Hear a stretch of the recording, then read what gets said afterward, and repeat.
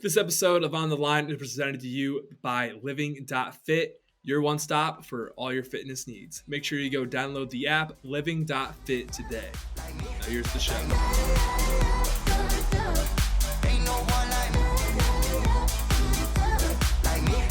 Welcome to On the Line, presented to you by Living.fit. Today is Tuesday, January 4th. It's the dawn of a new era, new show. We got a lot going on.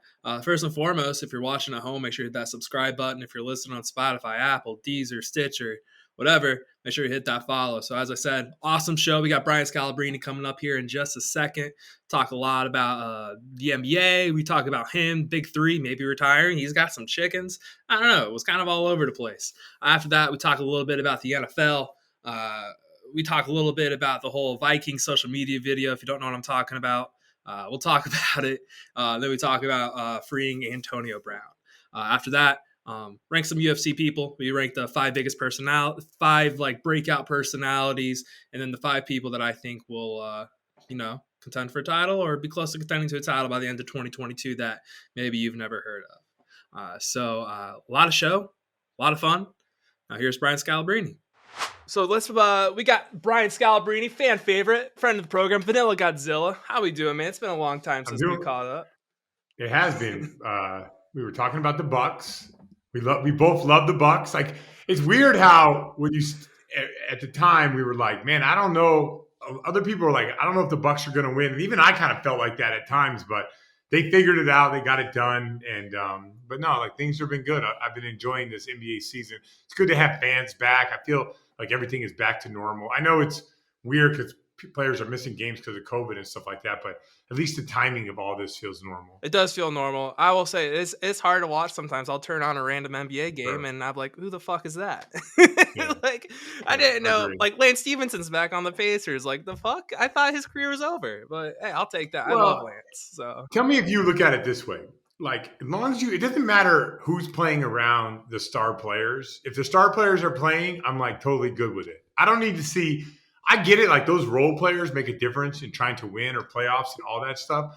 But if Kevin Durant is playing with 4 G League guys, I can watch that all day long. Oh, for real though. Honestly, like, that's who we pay for. I'm not paying to go see. I don't know. Like, I love Thad Young. I'm not paying to go watch Thad Young play though. I'm gonna go watch. He's on the Spurs now or something. I don't even know a star on the Spurs, so like, that's a bad example. Yes, I mean, like DeJounte Murray's good, and there's some players I just enjoy. Well, they're good. They're good on the Spurs, but there's no there's no Durant. Yeah. There's no like that. DeRozan and Rudy Gay. Those are some like high key names that I think I could always remember, but they're both gone now. But sure, which we'll talk more DeRozan later. But first thing I'd ask: do you have a sauna built into your house now? I do. Dude, that's so kick ass. Yeah. I love saunas. So like, when did you get the sauna built in? During the pandemic. So I've always been a big sauna guy, and then they just shut all that stuff down. So I was like, screw it. I can't like go. No one knows, like, when we're in the middle of the pandemic, no one knows how long, and you're always, they'll never open a sauna again. Like, now I still go to the gym once in a while. I have kind of like a 2-time setup. Like, when I'm doing legs, I like to do them at the gym. If I'm doing upper body, I can do them at home. But I still jump into sauna in the gym. But it's great at the house. And you know what it's good for? Like, when I get home after a game, like, I'm kind of wired a little bit, and I need to like tone down. So I just have my wife turn the sauna on, and I get back and I can decompress a little bit. So no, I think it's fantastic. That's my favorite thing in the world. That was what I missed the most about the pandemic, is not being able to use a sauna. But do you want to go viral? Yeah. I have an idea for you. Okay. So do you remember when Joe Rogan posted his sauna picture that went viral like a couple months back? No. Oh my God. I don't know how you didn't see this. Was he naked or something? Like, no. Just look at his face. Oh, okay. I think if you recreated that tomorrow or sometime this week, that was an infrared. I don't have an infrared. Well, I mean, he's got other ones too, where he just posts this picture of himself talking about how he's like a soldier for being in the sauna for so long. And I think if you did that correctly, it would just explode. All right. You mean just kind of like spoof it a little bit? Yeah, spoof it a little bit. I'll send you the links. Right. I'll send you the links. If you think you can spoof it, I think that would be so funny. Yeah, I'll definitely do that. And I posted on January 1st a sauna picture, but I wasn't trying to No, like no, that's call not out Rogan. that's not even close to what like Rogan does. He is like the wide eyes, and then he's like Yeah. talking about all this other kind of stuff. But anyway, I think Yeah. that'd be Yeah. really Yeah. funny.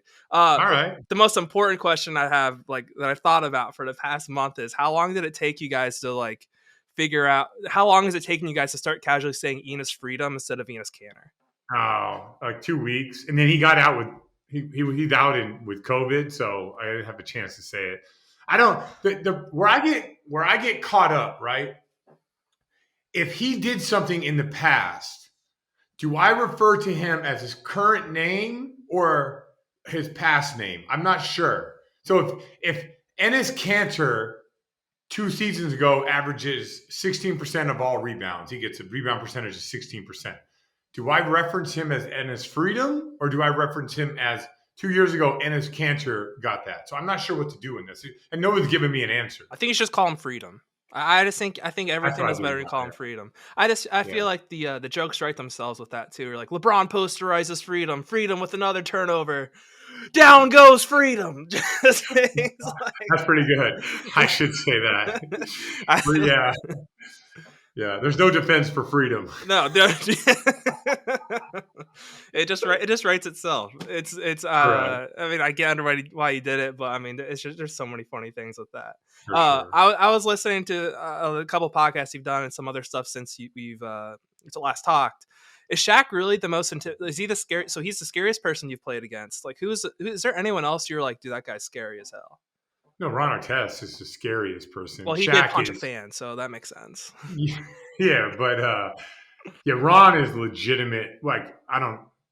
Now he's great. Like all that mental health and all that stuff he's got now. But like Ron Artest was legitimately crazy back when he played. Like I remember when Reggie Miller told him, "Hey Ronnie, rub your ears and count down from 10." And he's like right in my face, and he's like 10, 9, 8. I'm like, this guy's gonna lose it, you know? So he's legit. Shaq is like, I heard Shaq has like a real like he could snap on you and he'll really mess you up, but he's not like demonstrative. Like I don't think he's crazy like that. Like Shaq is like always thinking about his brand and all that, and I don't think he'll just go off. He's so much to lose, you know. Where I think other players out there, Ron Artest probably at the time, I don't think he cared about what he had to lose. So I think that being around people that have nothing to lose is the only thing I'm afraid of. I can be around, like, I don't care where people are from. If you got something to your name, you have a family, you got some, like, I can be around those people all day long. Like, I understand those people. But people who have, like, nothing to lose, man, or playing against people who have nothing to lose in basketball, I don't like doing that. I think the funniest thing about Ron Artest was right after the brawl. They're sitting in the locker room, and he says, "Do you think we're gonna get in trouble for this?" People get suspended. Steven Jackson says, "Man, we're gonna get kicked out of the league." Really? He had no idea that the whole season was done. That I was know. for as an Indiana fan, that sucks. Because that was probably the only chance we've had. Oh, we've had a couple good teams, but that was the best team we've had. That team should have. For sure. That was really good. But we talked a little bit before about the big three. You guys weren't last. Like progress. Like you guys did so much Yeah. better. Yeah, Barbosa was amazing. Jody Meeks was good. Our bigs weren't as good as we wanted them to be. If our bigs were just like average, like Spencer Hawes and Will McDonald, they were fine. But like Will McDonald the year before was amazing. I was expecting Spencer Hawes just to shoot the lights out. Didn't happen. So we became just like an average team. But yeah, you're right. Barbosa is amazing. But I think I'm done. Like I don't think I have it anymore. It's like it's so hard to the work and then the body work and then like with the jobs and everything like that. Like I just don't have enough time to do what I need to do in life, and something has to go. And I think the big three is the one that has to go. Gonna be a coach, or you just like it's all out? I don't know. We'll see. We'll see what happens as it gets closer. But like it's getting old is difficult from the standpoint of you want to like live your life and you want to do the things you've always done, but you just like nagging injuries last for months at a time now. So it's disappointing from that standpoint because I still love to play, but I also don't love to like limp around and like my back to hurt and stuff like that. So I was like, felt like I was doing fine in life. And then pandemic came and like I never was able to like work hard, get in shape, play hard without getting hurt. It was like this constant roller coaster of play, get hurt, take some time off, play, get hurt, get some time off. So I think it's like timing. By the way, the big three players are so much better now than they were 3 years ago. Like there's so many better players out there There's than guys me. who are taking it like as a pedestal to get back into the NBA. Like it's become Yeah, not like a G League, but it's kind of like that now in correct. terms of Or like, veteran even players. like dudes coming back from an overseas bid. Like let's say Yeah, you're 27, you get back, you play in the big three, you make a little bit of money. Like I can see it. People are doing that too. So it's tough. it's I not. think we lost. Oh, you still there? Or you froze up there for a second. Am I back? No, there No, we you're go. back. Yeah, my camera's all jacked up. But yeah, it's the victory's a little. It's not what I remember. Like 3 years ago when they talked about it, I thought it was just going to be like a retirement league, and it's kind of moved on from that. It's kind of Oh, it's more. very competitive. Yeah, Yeah, players are good, man. Players are good. There's dudes that you never heard of that are going out there and killing in that league. yeah, it's definitely something. So I have one question before we let Harry do his thing. Then we'll talk a little NBA. But unfortunately, Taco Fall is no longer a Celtic. But he developed that reputation as like a fan favorite bench player. Did you ever talk to him about that? Kind of taking your Yeah. mantle. No, I just told him to embrace it. Like the only regret, I don't regret a lot. I regret not embracing that role more in Boston. It was stupid. I felt like not what they did was stupid, the way I thought about it. Like you should give credit to the guys who built the league and I come in at the end. Like, screw that, dude.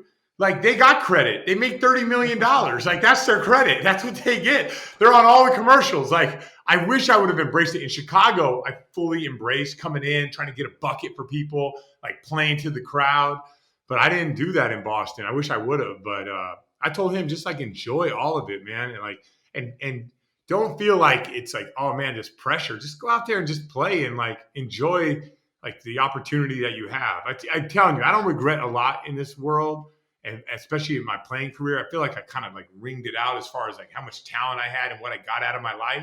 I do regret not fully embracing every ounce of the end of game and getting a bucket and like playing to the crowd. I do regret that. Man, imagine if the one thing is that happened like at the very beginning of social media. Like, imagine if you did like your career happened like maybe like 5 years later, like in the peak of like social media. He's Man, so funny. oh, you could have had a time. Oh yeah, you could have like put like a bucket in slow motion and like Oh you yeah. could flash to Jordan, flash to me, flash to Jordan, flash to me.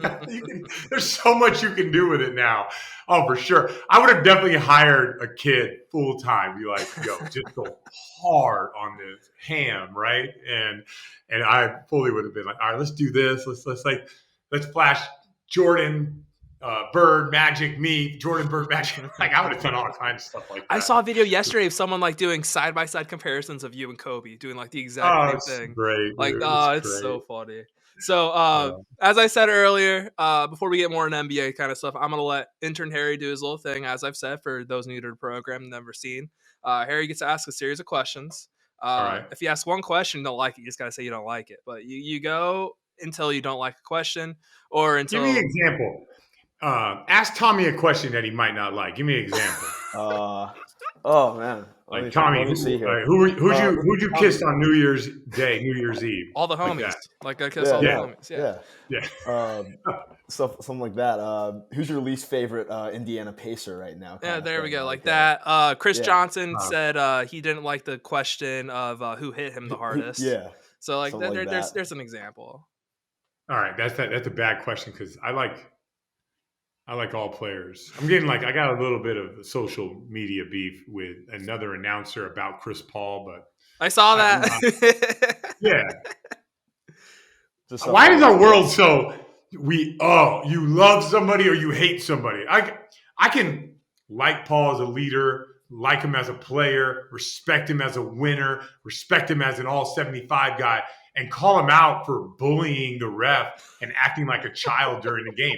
I'm not allowed to do that? Like, I don't understand. It's got to be all or nothing. It's ridiculous, man. I don't understand this. I'm allowed to call LeBron out for the phoniness that he does, but also recognize him being the second greatest player ever and probably the highest basketball IQ this game has ever seen. I'm allowed to do both.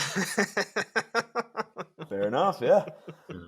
All right, so let's just go in with this. The All-Star break's coming up. I want to know who you think right now has the best odds of being the captains for both of those teams. Curry and Durant. Curry and Durant? You see, I'm leaning towards Embiid for the Eastern Conference. That's the Philly. That's the Philly in you coming out. Hey, the world's going to vote for Embiid? No way. I mean, come on. Over Durant? He's been balling out the last few days. That's the thing. He's averaged 30-something over the last 7 Where do you live games. at? You smoking? Is it legal there? It just became legal here, actually. No, I'm from South Jersey. I'm a big Philly guy. I'm a big fan of Embiid too, but he's a polarizing guy. He's a polarizing. He might get third. Like it might be that's Durant, Giannis, Embiid. So yeah. I think it's cool that LeBron will probably not be the guy, but the way he's playing, maybe he will. It would be a nice change of pace finally. Let someone else take up the reins, kind of thing. That draft would be fun too. Steph versus Durant. You get the teammates going against each other, former teammates going against each other. That'd be a fun little. Sure. I like that narrative. It'd be great. It would be great if they pick LeBron 10. No, he has to go last. That has to be the thing now. That would be sweet. And then at the end, instead of taking him, be like, I guess I'll take him. You got to take Bugs Bunny first, and then you take LeBron. That's how it's got to go. That's so good. So I want to ask, what was your favorite away arena to play in, though? Garden, MSG. MSG? Yeah, it's phenomenal. Well, I'm sure, like playing up against the Knicks in that historic place had to be Knicks. special. The Garden's amazing. The Oregon, like that. It's just the city is amazing. Whatever you want to get into, you can get into. It's just that's a good trip. Yeah. So you were talking about the sauna that you just installed. What was like your other big project that you did over this pandemic? Because chicken coop. I built a chicken coop. Oh, yeah. Nice. I got 18 chickens. So like, are you farming eggs then? Or yeah. We get that's so cool. In the wintertime, we'll get like 6 a day. And in the summer, we're like 16 a day. So when do these chickens become rotisserie? It's like, you know what? It's like a completely different animal. I know it's crazy. I didn't know this. The way that their bodies are and everything like that, they're not you can't eat a laying chicken. Really? It wouldn't be good. Their bodies it's so different. And the chickens that you eat, they don't lay. Huh. That must be like evolution. That must be like evolution or some shit. But if you see, because that's what they do, right? Because like a chicken that lays takes forever to get full grown. You know, like the chicken that you eat right now, they're going full grown in about 40 days. Really? So they're not shooting them up with hormones. It's just, you know how like there's kids in the 6th grade with a full beard. So you find the ones that grow and you like start taking the ones that grow fast and you keep on breeding them. One that grows slow, you're just like, all right, get rid of that one. So like I said, a chicken you can eat in about 40 days. My chickens that lay, they're not full grown for 2 years. So the winners are the ones we eat and the losers are the ones that lay eggs. That's kind of what you're saying. Basically. But I don't know, you're dropping that egg every day. That's a lot bigger than the deuce. That's true. I mean, it's good to know that the chickens we're eating are like the D1 of the chickens. Yeah. It's like you know that guy. Like when you're in junior high, you're like, I don't want to take a shower. No, there was this kid in my 5th grade class who was like 6 foot already. So I know. And he dominates, and then. You know, and by his sophomore year, he's like small, you know. Well, you guys are talking about me right now. This hurts. That was me. I thought I was going to be like 6'3", 6'4", and then I stopped growing in the 8th grade. It was bullshit. Well, it's the coach's fault. The kid grows to be like 5'10" early, and they put him in the post. Like, just look. Everyone should bring their parents to tryouts and be like, you're going to be a guard. Like, I don't care how tall you are right now. You're never going to be a big man. I had one coach actually do that. He just said, I just want my biggest guys to be able to handle the ball, which was awesome, but then I never had that again. But It's whatever. It's whatever. Well, then you become good at everything all around, which is more important now than like say 20 years ago. Sure. Yeah. Like that's pretty huge. So let's move to the college game real quick though. Like early predictions for how you think March Madness is going to shake up. Who's the biggest contender? I don't even follow it now. Really? Do you follow USC at least? I followed them last year because they were special last year. They really were. I don't really start getting into this until February. Dude, I have a hard time keeping up with the NBA with all the games. And I try to watch almost every game, even if I'm watching 9-minute condensed versions. I'm trying to, it becomes like there's sometimes like I enjoy watching Clippers Nets last night. You can say a timestamp on this, but it's tough, man. Like watching college, and not only that, but right now up in Massachusetts, I'm really into the high school scene.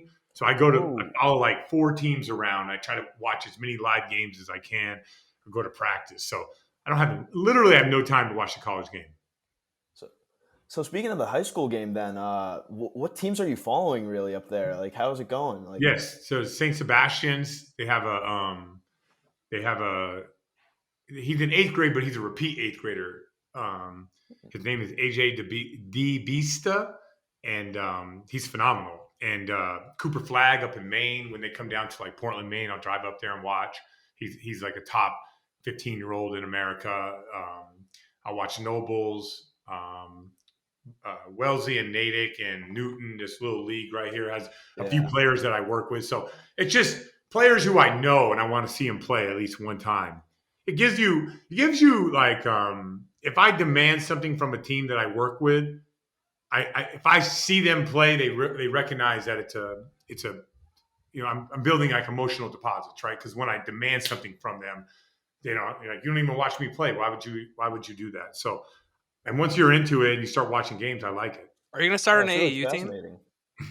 I just work with one that I already really like. Okay. Are you scouting? Is it scouting? Is it just a scouting for you, for your team? No, not that. Just helping like so many people. Like I'm not here if these people don't go the extra mile for me.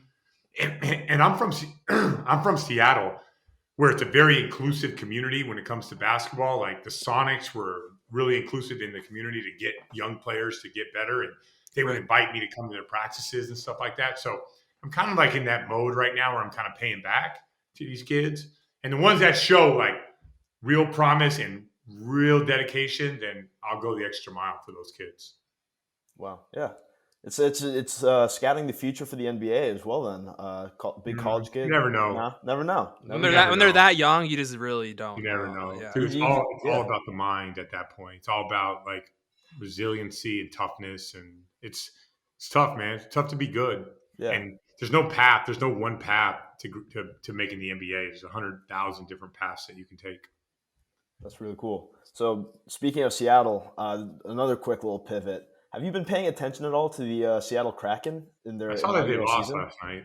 They did, but I mean, they've been doing big things. One of their fans recently saved an opposing coach's life by spotting a melanoma on the back of his neck. Like, I didn't even know that. Whoa. It was announced yesterday. That was really cool news. All right, okay, we're done with Harrison. Yeah, fair enough. Fair enough. That's the one. Now I feel like you're doing this on purpose, right?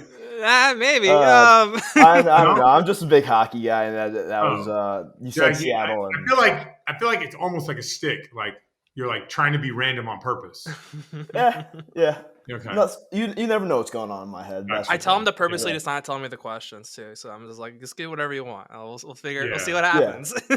I'm still learning. I kind of felt like I'm being punked or whatever. Good. I like that. I like knowing that we're trying to punk you. But anyway, so let's move to the NBA. So obviously we're at the time of the year where there's some people who may be up in the division standings that kind of, aren't going to be there. And there's sometimes teams who are kind of just settling around, just kind of waiting for that late season push. So I got 3 teams I want to ask you. Are they regular season kings, or are they actually going to be contenders? Let's start with the baby Bulls, who are no longer baby Bulls. Are the baby Bulls for real? Not contenders, but they'll get out in the second round and they'll be really good and really tough, but they'll lose in the second round. I don't feel like they have enough rim protection and playing against the high level guys. Like in the second round, you're going to play against. I mean, it's weird. If they're the number one seed and somehow Brooklyn and Milwaukee are going to play each other in the second round, then they could make it to a conference final. But there's no world I live in where they're better than those two teams. They need an athletic big, Yeah, like a agreed. they're not going to get Miles Turner, but like a Miles Turner kind of guy who can just protect the rim. They need, like Vucevic is good. He's just not like in the playoffs. In the playoffs, it's not about it's about execution. It's about all that stuff, but it's about like making 50-50 plays, which your guy turns the corner, guy goes up, you need to go up, he goes up. Like the better athlete is making, like Giannis is making that play over the next guy.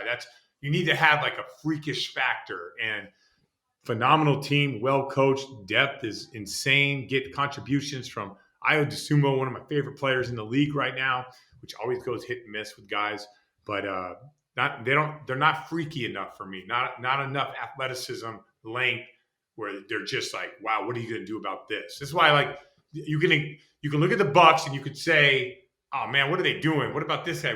Why do they shoot too many threes?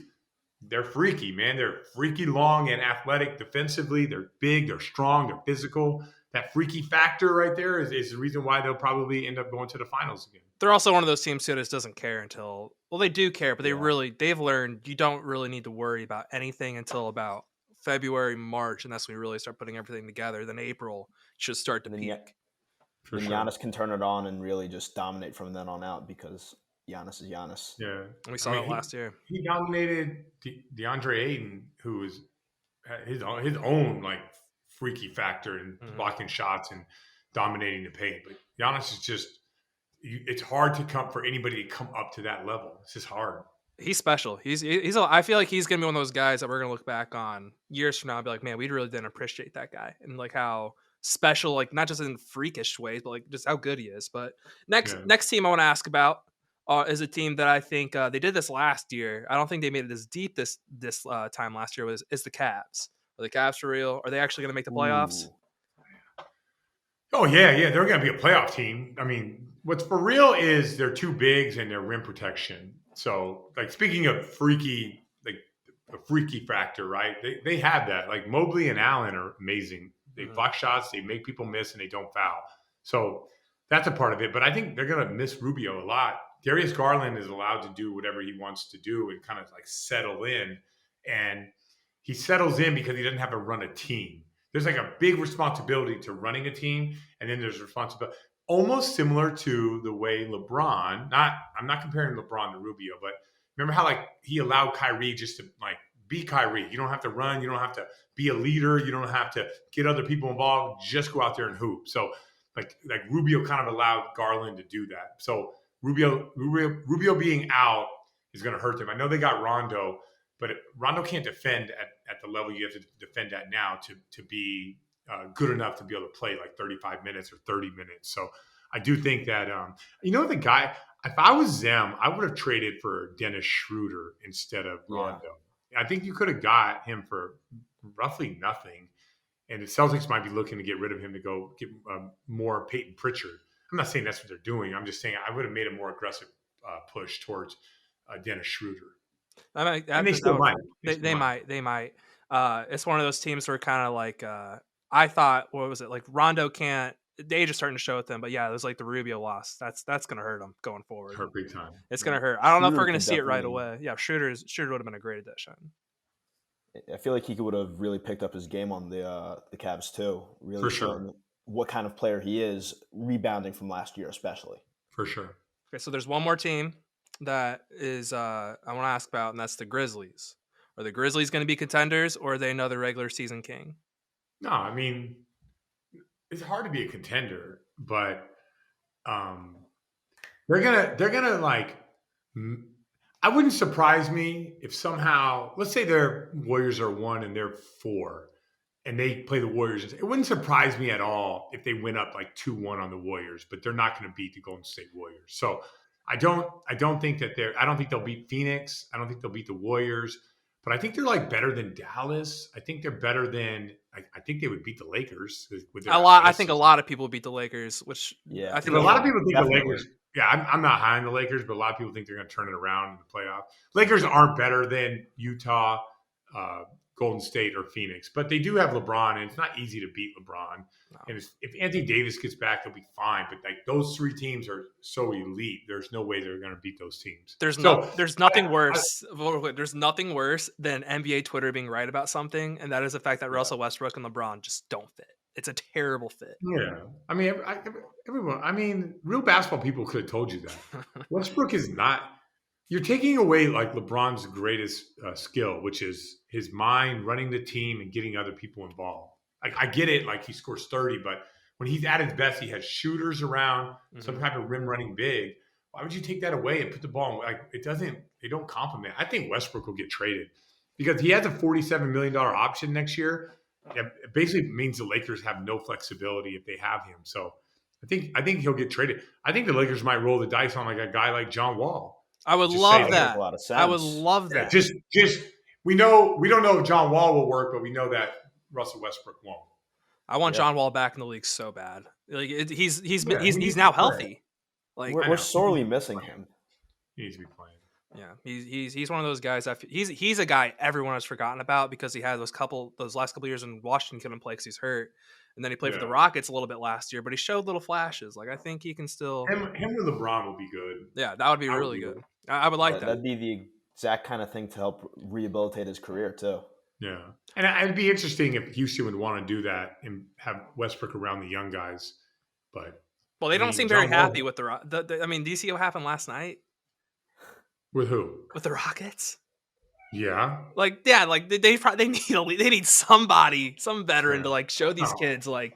I think Westbrook would be a good fit there. Playing meaningless basketball. Like you can't play. I don't think it's high level. I don't think he can do that. So no, it's over. And so speaking of the Lakers too, like then also like why are they if Russ isn't going to work? Why do they think Ben Simmons is going to work? Like that's got to be the stupidest rumor. Oh, I would take Ben Simmons over Westbrook, but no one wants Westbrook except for. I mean, no one wants Westbrook. No, I take Ben Simmons. Ben Simmons around LeBron James will be fine. They can have him. They can have him. You're that down on Ben Simmons? I mean, it's just been so long since we've seen him play. It's been detracting from the team as a whole. So if you do that, just remember you're not gonna you might be throwing away an opportunity to get Damian Lillard. That's very true too. That would be the dream move. Don't look at it like Ben Simmons or another guy. It's Ben Simmons or a guy you can get. Yeah. Portland sucks. They should trade Dame Lillard for Ben Simmons. I really don't understand how Damian hasn't forced a move out of Portland at this point. I think he's his own problem. I think Dame's trying too hard to be loyal, and I think it's one of those things where it's at the point now where they are such a clusterfuck. The roster is just not there. He needs to move on. It's one of those things like when Russ got traded initially. Like everyone was like, Russ wouldn't move on, and someone has to make that decision for him, and the Blazers have to make the decision for Dame. I'm a big Dame guy. I love Dame. I love his loyalty. So do I. But the Blazers window, it's over. It's slammed shut. You're not going to pay Damian Lillard $52 million during a rebuild. And when you're doing a rebuild, you want to keep cap flexibility, like the same way Oklahoma City does, where you can get a first round pick for absorbing some like ridiculous contract. And no one's going to be mad at Damian Lillard wherever he gets traded to. They'd get mad at Damian Lillard if he signs with the Lakers. That's what would piss off a lot of people. That's like the only team that would make people not like Damian Lillard. For sure. But that's the Lakers are the one team that make anybody dislike another player. Like that was the Warriors from a few years ago. It's the Lakers now. If you sign with that team, it's like automatic hate coming your way. For sure. So like and that kind of brings up my next point is like, I mean, the East is going to be, I mean, it's going to be the Nets or the Bucks. I mean, I don't think you could think it's anyone. The only other team I could see making a move is the Sixers, and that's if they trade Simmons. No, Miami. But Miami. Oh, I don't think they have enough culture.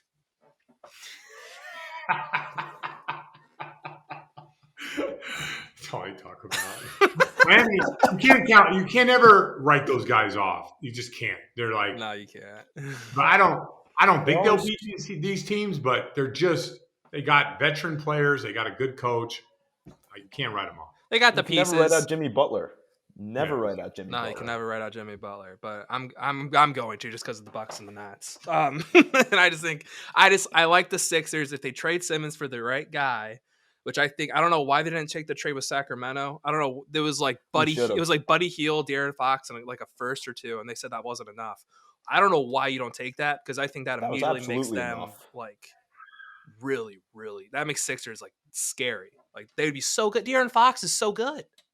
Yeah, I mean, if he was so good, they'd be winning more games in Sacramento. Well, I think Sacramento's just cursed. I don't think they could ever build a team that'll win. They could have LeBron James in Sacramento, and I don't think they'd win. That's how cursed they are. I'll give you some homework assignment. Okay. Start looking at players that you really like and look at their net rating in the fourth quarter. Ooh. That's something like if you like even my boy who I love, Nikola Jokic, like the Denver Nuggets have the 30th best fourth quarter net rating. They're a minus 14 points. Really? That doesn't surprise me, honestly. My point is you can like players, but what really matters is players in the fourth. So go peek out net ratings in the fourth of some of the stars. There's going to be some guys in there on some teams, like some role players, but just peek the stars net rating in the fourth quarter. You're going to end up being like, yeah, those guys just know how to win. That's just how it goes. So that's my new stat this year because I've been finding a lot of this guy's really good, but then you go to the fourth quarter and they lose games. Well, why?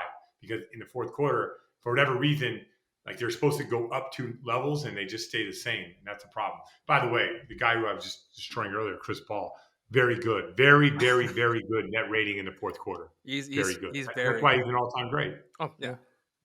Okay, so the next this is kind of the storyline I love. Not love. I hate seeing it. But as a former fat guy, I can talk about this. Is Zion eating his way out of the NBA? Like a year ago, that would be a joke. But I think you can like seriously make the case that like there's like a special balance of his weight to his playing, and I think he's like way over that like balance. I think he's not going to play this year, and he's like, I don't think that he's living the life of what like an NBA player right now.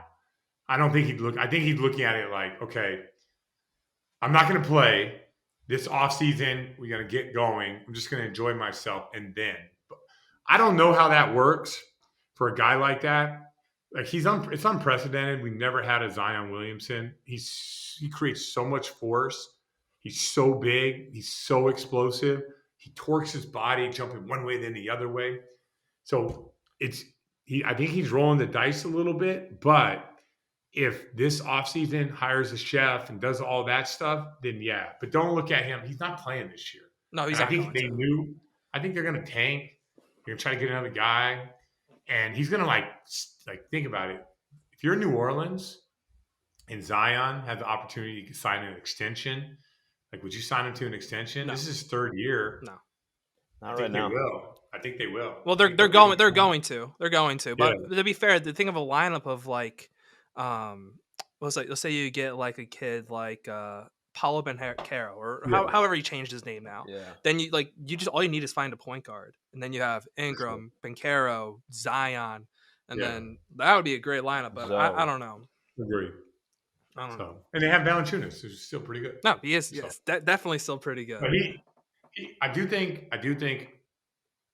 he's making a conscious effort of saying like I'm just low key today.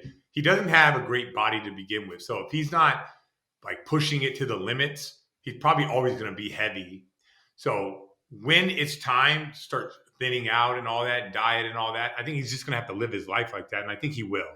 There's so much money at stake, $200 million, endorsements, all that stuff, so much stuff at stake. He's got a great personality. I think he'll figure that stuff out. And by the way, you can hire a chef that makes you food that you like that happens to be, good for you, Mm-hmm. So we'll see. I just think this year he's checked out, and I don't think he's going to play, and I don't think the organization is going to make him play. And I think next year we'll see a different Zion. We're recording this on the 2nd. This is coming on the 4th, but like it's kind of like a New Year's resolution thing mindset he has. Like, all right, once we get to the new year, then I'll start being the new me. Then I'll start doing all this. The one thing I like Zion a lot. I'm not shitting on him just to shit on him. Like I'm genuinely nervous about it, just because, like again, like a year ago, it would have been a joke. I think he'll be all right. I hope he's all right. I mean, a lot of dude. There's a lot of money at stake. I know. Yeah, and it's not like You know that he averages more points per 36 minutes than anybody in the history of the NBA? He comes History. on and he scores. Yeah.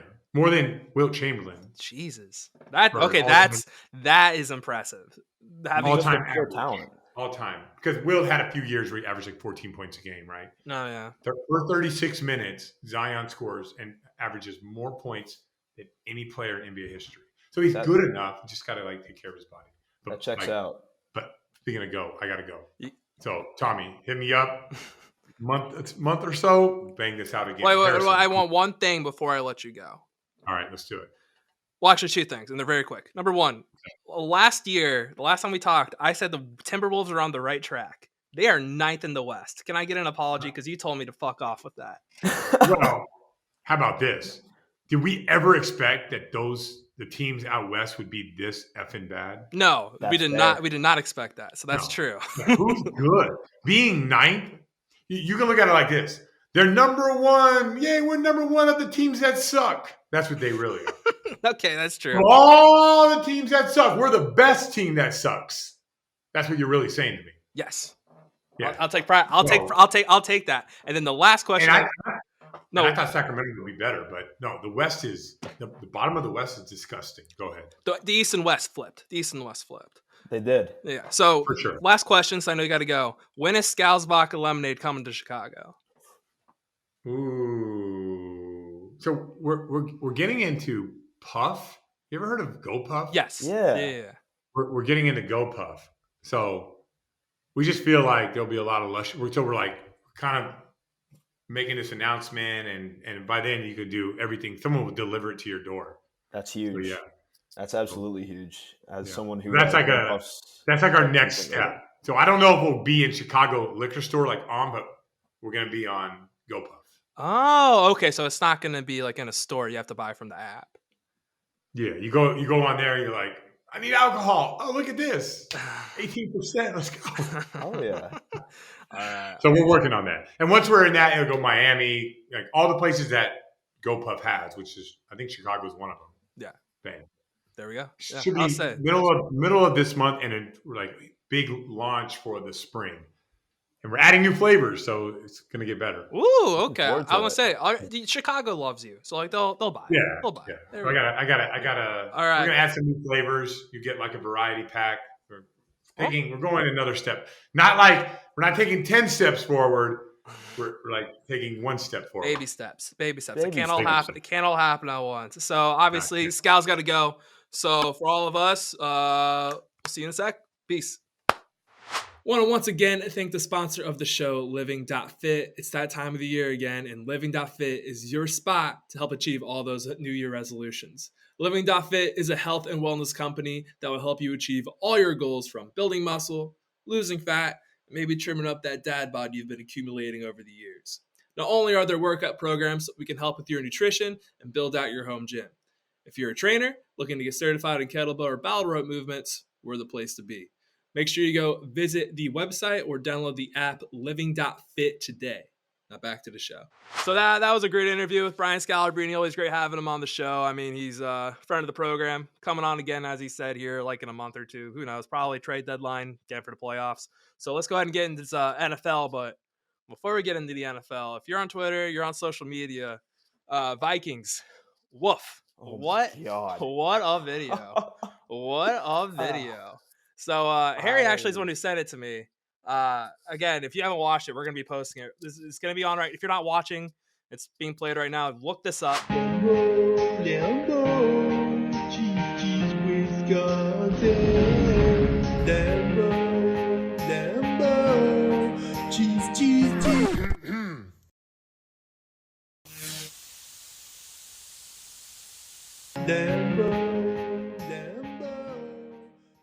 I have a couple things I want to talk about with it first. So first and foremost, obviously everyone's joking about how, that looks like a bowling alley scene. This is what I really want to know is how'd they find the song?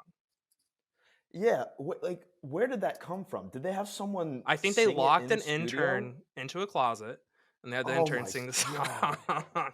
Because I instantly Googled it. So I thought maybe it's just some stupid ass TikTok trend. No, this is an original song on this crazy ass video. So like What it's Packers fan Oh my god, what Packers fan would actually make that song too? Like, No. I don't. No. It's not a Packers song. Packers fan definitely did not make that song. That yeah. is a Vikings intern locked in a closet, and their social media director said this is gonna be the funniest thing in the world or creepiest thing in the world. I don't know what it was. I hope that and here's the other thing too is do you know who their brand deal was like with Pulaski or whatever? They're a snowmobile company. So why the fuck when the Viking dude shows up is he melting the snow? So how do you snowboard on a fucking melted snow ground with none of this video makes any sense. I want answers. Oh my god. I want some And answers. also, like, you're melting snow when Minnesota is known for snowing constantly. Like, you're why? Well, Why? no one cares None about of it anyone's works. bets, but I mean, I really wish I saw that video before, else I would have put more money on the Packers. But again, Yeah. no one gives a shit about your bets. Um, I was just sitting there.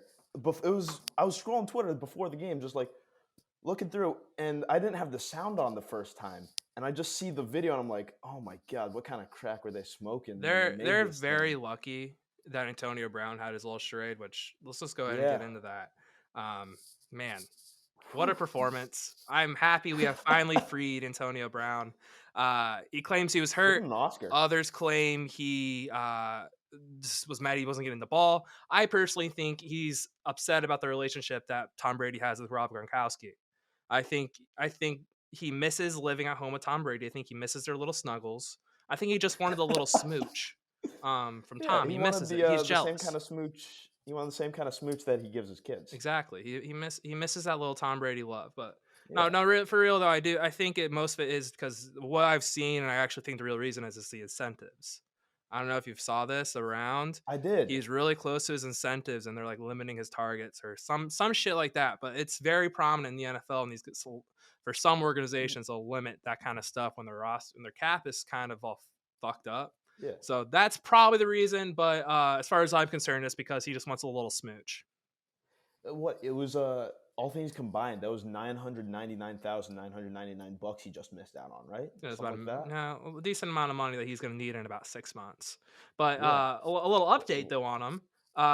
He's at the Nets game right now. Fun fact. Is he So actually? he hasn't gotten out of New York yet, according to his Uber driver. He couldn't get on a flight.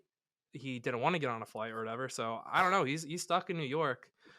We need some people on him. I want to know what he's up to. I want to know what strip clubs he's hitting up. I just want to know what's going on in the life of Antonio Brown right now. I mean, of all places to be stuck, there could have been a lot worse places. But there's no shot in hell he would have gotten back on that team plane. Can you imagine the scene that would have happened had he shown up at the airport? Well, he's going to be back on the And team in 2 weeks. yeah, but I mean, Tom Brady's going to throw him another bone. Well, Like, exactly. what, his third? What's gonna happen is like they're gonna win their first game and they're gonna look like shit on offense, and Tom Brady's gonna be like, "All right, Bruce, we need to bring back Antonio Brown," which is why he hasn't released today or yesterday technically because today is Tuesday, but he's not Yeah. released yet because He's they are no longer a buck, but he's a buck. they're just waiting until people forget about it. Kind of like the Deshaun Watson thing. Like everyone, I feel like we're so far past Yeah. that whole situation. When he gets traded here in a couple months, we're all going to forget about. Well, we're not all going to forget about it, but it's going to be kind of like passed over. But again, I want to give credit to Twitter. I think I saw about 30,000 different posts of people saying he was going to go fight one of the Paul brothers. Congrats! It was funny the first 1,000 times I saw it, and congrats on everyone saying the Impractical Jokers little bit. That was good pretty job. Good. I did like that. You one. like that? See, that's getting over. Yeah, it did get old, but like the first time I saw it, that was pretty damn good. I thought it was better than the Paul brother. It's better. It's a lot better than the Paul brother. It's a lot better. I'll than give the Paul that. brother bit, I'm not here also saying I'm funny on Twitter. I'm just saying, like, let's get a little original. I see way too many of the same. It's like the Vikings thing. The Vikings thing. If you go on the quote tweets, it's everyone saying some bowling alley shit. Some bowling alley shit. Some bowling alley shit. Let's. Everyone thinks they're a comedian. That's true. Everyone thinks they're a comedian. True. We're all influencers out here. So let's actually talk about the NFL though. So this is, I mean, I think if you're watching the NFL the past couple of weeks, you could probably assume that the Chiefs are probably the favorite. They're back. They're world beaters. Their defense is good. Joe Burrow had other plans. He's back. Jamar Chase had other plans, and they just kind of blew them out of the water. And I mean, it really is wide open. You get the Chiefs defense sucks. Well, not sucks, but it's vulnerable. Bengals are young as hell. The Titans are the Titans. The Colts have Carson Wentz. Like, it's the AFC's wide open. The NFC, Tom Brady doesn't have his 2 all-pro receivers anymore. Sorry, Tom Brady. I know you need all those weapons. And Stafford's inconsistent. You got the 49ers have Jimmy Garoppolo. Green Bay also always falls apart in the NFC Championship. Like, this is in the past, you can usually pick out who's going to be the team. This year, there really is no team, which is awesome. It's kick ass. Yeah. I like it this time. It's not like you could 2 years ago it was like, yeah, the Chiefs are clearly going to win the Super Bowl. Last year when the Bucs got hot, it was like, yes, this is going to be the Bucs because Tom Brady is going to do Tom Brady things. Like, I could see the Bengals making a big run towards the Super Bowl this year, honestly. They're going to lose. I think that Jamar Chase is just too good right now. Like, him and Joe Burrow, it's feeling like that LSU team from a few years ago where they just went on that tear, and I couldn't be happier. Like, obviously, I want my Eagles to win now that we have our playoff spot locked down. Thank you, Packers. Thank you, 49ers. But, man, if the Eagles can't win it, I'm high on those Bengals. I think it'd be great. I think Zach Taylor's an idiot. I just want to point that out real quick. That's the coach of the Bengals. I think that's also very idiot true. Might be a little mean. It might. I'm sorry, Zach. I'm sorry. I already forgot your name. I'm sorry. You just forget. But when have the Bengals ever had a good coach? I think Marvin Lewis did pretty good for as long as they had them like in the playoffs. Think about how bad they were after and before. Yeah, you gotta put respect on his name. Like, I just don't. There's no team. The only team I trust in that entire conference is the Chiefs. It's just I can't doubt Patrick Mahomes. But because I hate the Titans, and Titans fans are the best fans in the world. They're just so humble and just never bitch ever, never bitch. They're definitely gonna make it to the Super Bowl and win and prove all of us haters wrong. Oh, sorry, I'm a Titans fan too. I appreciate definitely how much Derrick Henry's better than everyone in the world and how no running back could do anything he ever do. Or you sure that the America's team ain't going to make a massive run as they say they're going to do every year? I like the Cowboys. This is the year. I like the Cowboys. This is the year. I like the Cowboys. I hate it. Just I think their defense is pretty good, but they are fun to watch. I do. This actually leads me to my poor take. So, what's his face? I always forget his fucking. I'm not good on names. I'm sorry. I apologize. You're all getting used to this. Trayvon Diggs. All right. Sorry. Leading the league in interceptions, blowing the world out. Here's the take. He is the Jameis Winston of defensive players. Now, let me explain why. He has a shitload. Imagine if Jameis threw another 10 touchdowns. Let's put that in perspective. But he has given up over 1,000 yards into coverage this season. That is the most in the NFL. Not only that, 45% of his receptions allowed a first down or touchdown. He has the 5th highest yards allowed per target. He's tied for the most 15-plus yard receptions allowed, the 2nd most open targets allowed in cover 1, and he has the most yards allowed in cover 1. He has the worst quarterback season in the NFL while also having the best quarterback season in the NFL. The stats are there. You're like, oh, you're just a fucking hater. No, I mean, like, I love Jameis Winston. He did the same shit just as a quarterback. He is. I don't get him. It's because he's so aggressive. It's because he's so aggressive. He is literally the quarterback that makes the least sense, and you gotta love it. Like, damn. I didn't realize that. He's wild. He's really wild. So that's enough NFL talk. We're fucking idiots. We'll talk to I don't know if you're going to be there. You're probably class. We're talking to JT O'Sullivan on Tuesday. So tune into that. We'll talk a little NFL playoffs. I'll probably be around for that. Well, it's when you have class, so you're probably not going to be there. Damn, not going to happen. But we will talk college football again. Another guest drop. We're going to have Cardell Jones on Friday. Stay tuned for that. That one's going to be really fun. We're doing that here in a couple of days, so stay tuned for that as well. So here's the UFC talk. Here's where we're going to make the bread and butter. This is what we're going to have fun with. So obviously nothing is going on. So we're going to have some fun with some lists. Harry is what you would call a casual. He really doesn't know anything. He knows a little bit. He knows enough to know about it, but not enough to really know the ins and the outs. So I know to call it a cage now. Exactly. So, yeah, I originally called it a ring. I told him to call it a cage so people won't attack him. So let's go to the first thing I got here. I got 2 lists for you guys this week. First is the breakout personalities in MMA. And then the second one is the guys who are like unranked or maybe like just got in the rankings. So we're going to be fighting for a title or like a fight away from a title. by the end of 2022. And so Harry here is going to be the guy. Like, if he doesn't know any of these guys' names, then I nailed the list. If he tells me he knows one of these guys, I failed this list. So let's go ahead and start at number 5 of the breakout personalities. This is my 5 breakout personalities for the UFC. I would say MMA, but I'm just going to go with the UFC. So at number 5, Paddy Pimblett. You know who Paddy Pimblett is, Harry? Wait, is he that like British dude? British dude who signed with With Barstool. yes, Yes. that's the one guy I have heard. I have heard of him. Yeah, I saw That's him why on he's at number Twitter 5. a few months back. That's why he's at Yeah. number 5. Not a whole. Yeah. He's growing in the ranks. He's kind of like he's a huge name. Only reason he's not ranked higher, honestly, is because of that, but also because I think he's gonna get knocked out later this year. But he's funny as hell. So no matter what, he'll continue to be a personality. He's I continuing. have enjoyed seeing his tweets. He's a funny dude. He's a funny dude. So let's go number 4. I got Bryce Mitchell. You know who Bryce Mitchell is? No. Exactly. Good. I did not. So the best thing about Bryce Mitchell, and this is why he's a breakout personality, is he's a redneck. He'll choke you the fuck out, and he's a rapper. He's he's done a submission no one's ever seen before.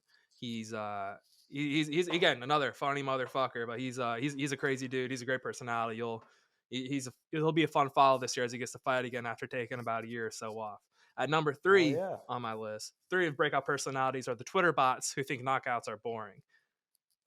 Now, let me point out. How can you think a knockout is boring? That's my point. These people, the way MMA works and the way MMA Twitter and MMA media works, people will take a turn on something just to make a turn on something, even though that's how it works everywhere.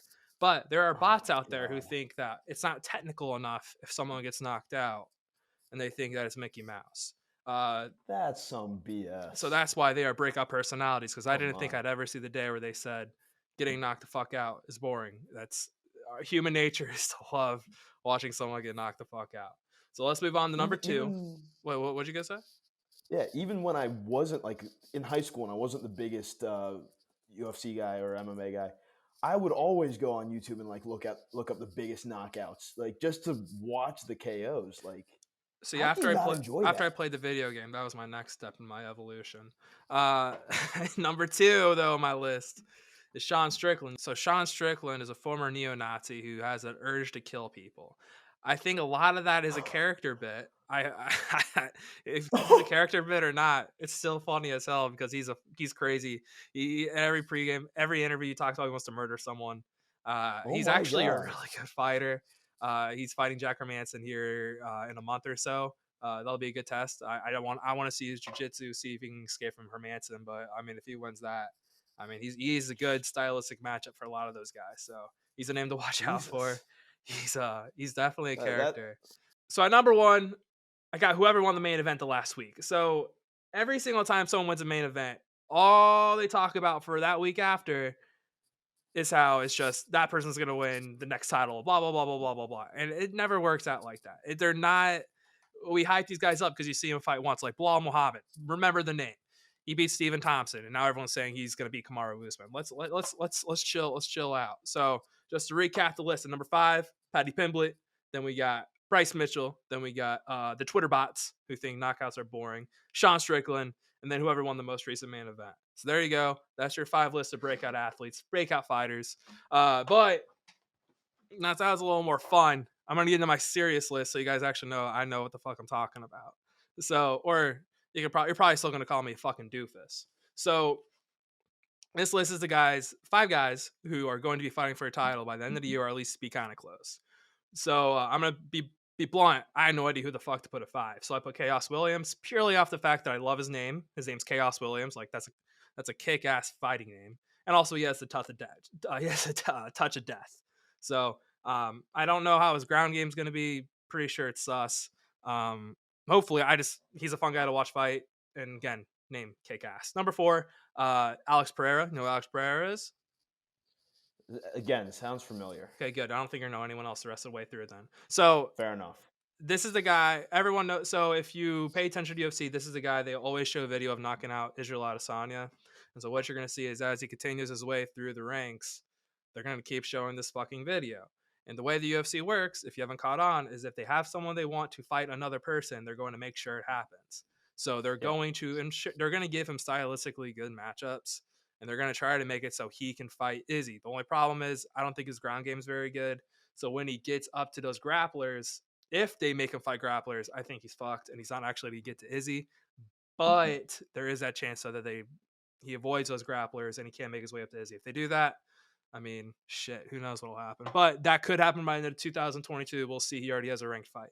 So let's go on to number 3, Joel Alvarez.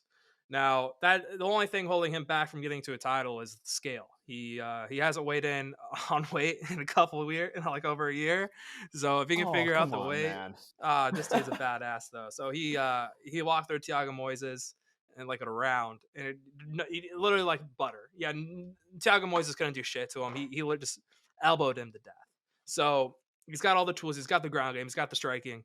He's someone you're gonna see after his next fight. I forget who it's with. He's going to get to rise. He might be fighting for the belt by the end of the year because he has all the tools. At number 2, you got Jack Shore. Jack Tank Shore. Jack is a friend of the program. Is that a part of the bias and why he's number 2? No. But I will always have bias in this program going forward. You need the bias. We always have bias. We help our friends out. Exactly. He's another guy, complete package. If you haven't figured this out, all these guys are actually only these 3 guys are. The bottom 3 are the top. The top 3 guys all have the complete package. Jack is a complete package. He has finished everyone he's fought so far except for his last fight where he had an injury. So that guy, I forget who he fought. That guy got lucky. The Nurmagomedovs are all avoiding him. They're all dropping out of the fights after signing contracts with Jack even months in advance.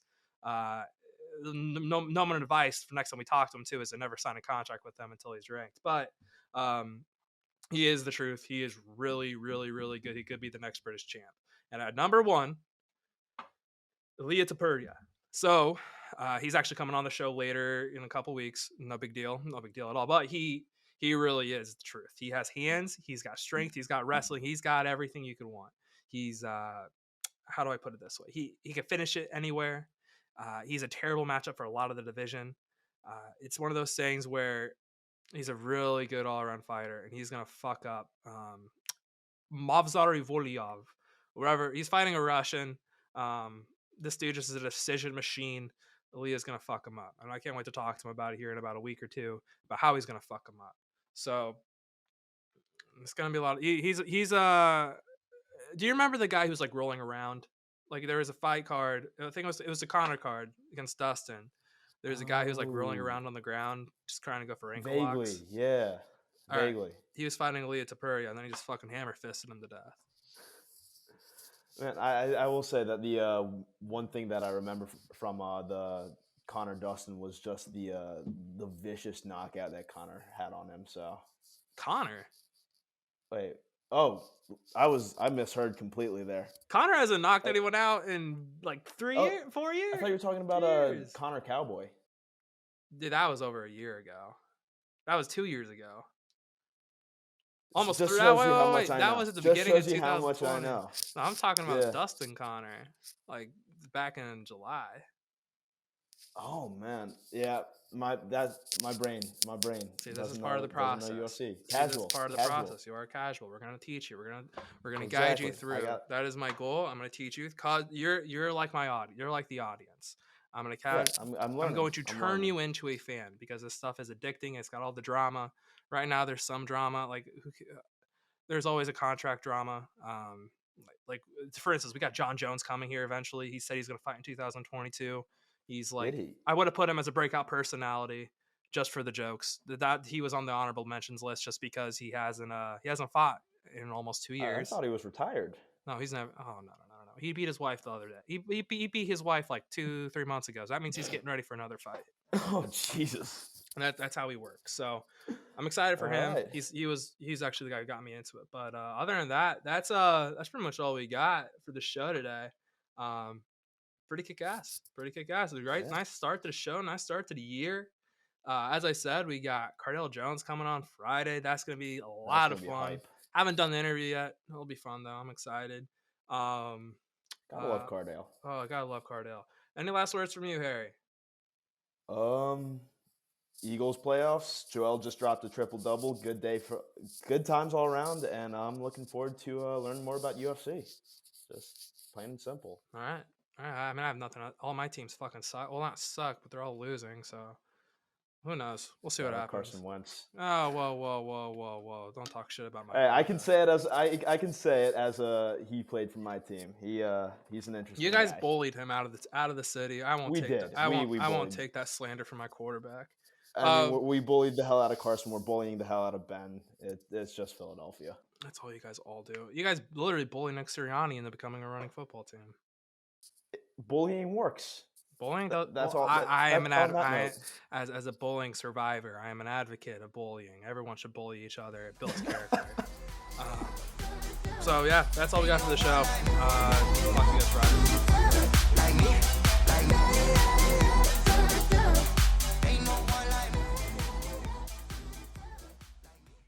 Thanks for watching. Thanks for sticking around with me all the way to the end. I just want to once again thank the sponsor of the show, Living.Fit. If you're looking to better yourself, make sure you go to download the app or visit the website Living.Fit today.